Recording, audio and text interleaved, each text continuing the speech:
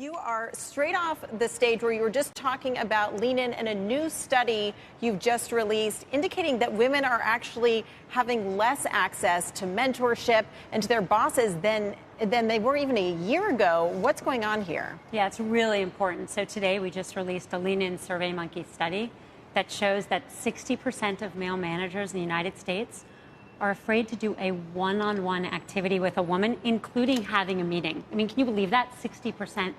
A senior man is 9 times more likely to hesitate to travel with a woman and 6 times more likely to hesitate to have a dinner with a woman. And the problem with that is women already weren't getting the same mentorship that men were, particularly women of color.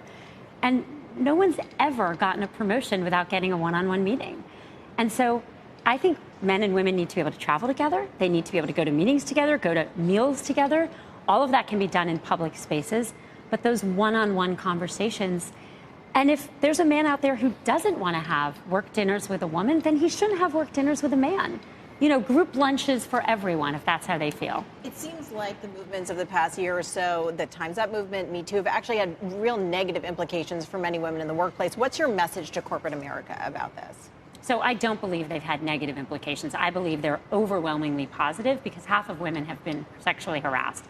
But the thing is, it's not enough. It's really important not to harass anyone, but that's pretty basic. We also need to not be ignored. And so my message is, if we want to change workplace dynamics, you know where the least sexual harassment is? Organizations that have more women in senior leadership roles. And so we need to mentor women. We need to sponsor women. We need to have one-on-one conversations with them that get them promoted. This number's moved up. Last year, it was 46% of men were afraid to have that one-on-one meeting. Today, it's 60%. Both are totally unacceptable. Now, shifting gears over to Facebook, there have been a growing number of calls to break up the company, both from people who have been very close to the company, such as co-founder Chris Hughes, investor Roger McNamee, as well as a number of presidential candidates, including Vice President Biden. Now, how do you respond to these concerns that Facebook just needs to be broken up? It's too big. Well, I know that people have real concerns about the size and power of the tech companies, including Facebook. And I think those are the right questions. And the question is, what's the right answer? And I think the right answer is to set up the right rules for the internet, because you could break us up, you could break other tech companies up, but you actually don't address the underlying issues people are concerned about. They're concerned about election security. They're concerned about content. They're concerned about privacy and data portability. And so we know at Facebook that we have a real responsibility to do better and to earn back people's trust. And we're doing 2 things. We're fundamentally changing how we run the company. We are making massive investments in these areas. And if you look at what we've done before to what we're doing now, we have large teams of people in the company whose only job is to safeguard elections, protect content, protect privacy. But we also know that we can't do it alone, so we're calling for regulation. Just last week, Mark was in France with President Macron. I was in D.C. meeting with people on both sides of the aisle. We know that we have a real responsibility to get this right, and we're going to work hard. We're going to work hard to get the right rules set for our industry, but also to do the work we need to do, no matter how big the investment, no matter how long it takes. But even if there is regulation around privacy or the spread of hateful content or violent content, there's still a significant concern that that's not going to be enough, that either there needs to be a new regulator established or the company needs to be broken up. Are you girding for an antitrust battle? You have hired a couple of former Microsoft executives. Well, obviously, any concerns we have are ones we need to answer. But let me share with you something else I heard in my meetings in D.C., and I heard this in private meetings from both sides of the aisle, that while people are concerned with the size and power of tech companies, there's also a concern in the United States about the size and power of Chinese tech companies. And the, realization that those companies are not going to be broken up. And so the question is for us is, how do we make sure we protect privacy? How do we make sure we work with authorities to safeguard elections? How do we make sure that the right content is on Facebook? And how do we make sure that the right regulatory framework is in place? And we're working hard on all of that. Now, you are making a lot of changes now, but Chris Hughes said that Mark's obsession with growth led him to sacrifice security for clicks. When people at the company began to notice issues, whether it was around privacy or the spread of manipulative fake news, what do you think stopped people from immediately taking action?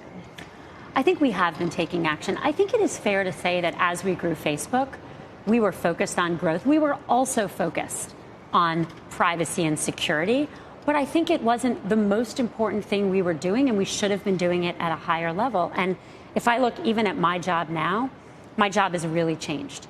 I used to spend more of my time working on growth, and now I'm spending more of my time safeguarding the company. And I think now this is front and center. And it wasn't front and center, and it's front and center now because there were things that happened that we didn't expect.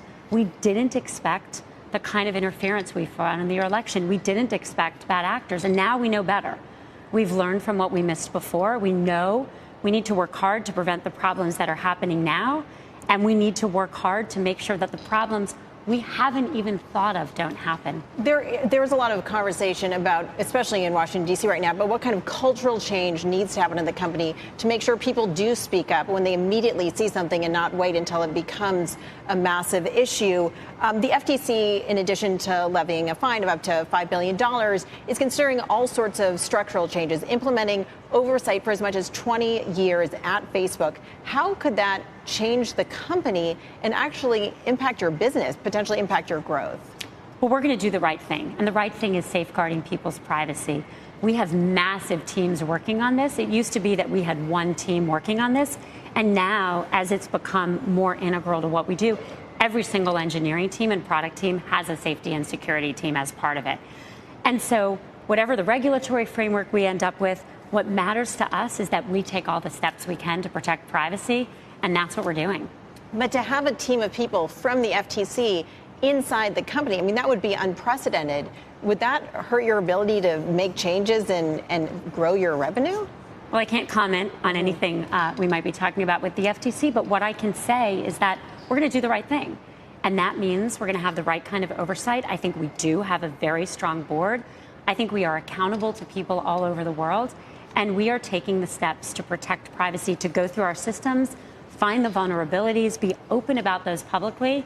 We also know that the challenges we face are unprecedented. With so many people on our services, whether you have them in one company or many, there's still a lot of people.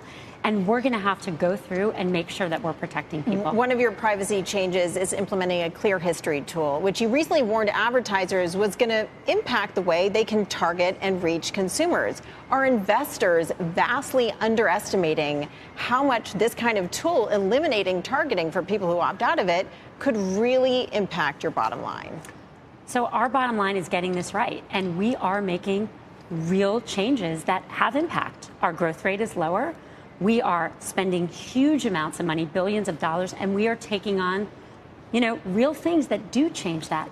But we believe deeply that doing the right thing for people on our service is the only way to protect our long-term business, and it's the right thing to do. So the bottom line for us is making sure we get this right. But what will it do to your business? What will it do if any meaningful percentage of your users opt out of targeting? And what will it do when people use Facebook more for private messaging, where we're not used to seeing ads? Then they use it for the news feed. I mean, how is this going to change what your revenue model looks like and whether you're able to grow it, or whether that actually ends up shrinking revenue because you can't put as much ads and messaging as you can in a news feed or stories? We're running the company differently than we used to, and I think you're already seeing that. We've announced messaging first. We've limited ads targeting for certain categories. We've rolled out, we took the GDPR tools and we rolled it. And you're right, these things lower the revenue growth and they cost a lot of money, but they're the right thing to do. So we've been doing this now for the last few years, and we're going to continue doing it, and we believe in it. We believe that if we do the right thing to protect people, the right thing for consumers, that we are going to have the best long-run business we can. But I feel like we're hearing two messages from the company. On one hand, Mark Zuckerberg said on the earnings call, the long-term growth trajectory of this company, long-term revenue potential is not going to be impacted by our shift to private messaging and all these changes we're making. But on the other hand, you're telling advertisers that the fact that you can't target consumers as narrowly is going to have an impact. And you still have to figure out a business model around inserting ads into messaging. These are two different messages here. Is the growth potential going to be as strong in terms of revenue, or are you going to take a real financial hit as you prioritize privacy and security? Well, I think what we said is the long run. We believe the long run growth rate is the most important thing. We've always run the company for the long run, and we do that by making the right decisions in the short run. So if people clear their browsing history, we can still target ads because we still have information they've shared on Facebook, but it will make those ads a little bit less effective. But it's people's information, and we want them to use it as they want it to be used. And that's a choice we're going to offer. It's a choice they might make. It may harm our revenue growth in the short run. We've been open about that on earnings calls and other. But we also believe that in the long run, it's the right thing for our business, and we're going to keep doing the right thing. And just a final question about WhatsApp. You just this week revealed that WhatsApp was basically used to hack into users' phones. There's been so much talk about how much you're investing in safety, security, privacy. How can you reassure us now that things have really changed? Well, that work is because things are changing. So we've assembled big teams in the company, and they're going after these issues. We found that WhatsApp vulnerability because we're doing this work, because we're putting more engineers on looking for bugs, looking for vulnerabilities. We found this, we shut it down. And here's what you're going to see from us. As we continue to do this work, you're going to see more things. We're going to find them, we're going to close them down. We also have other people finding these things and telling us about them, and we're going to be open and honest about those. This is the work we're doing to make sure we protect people. Well, we're out of time, but Sheryl Sandberg, thank you so much for sitting down and talking about these very important issues with us here today. Really appreciate it.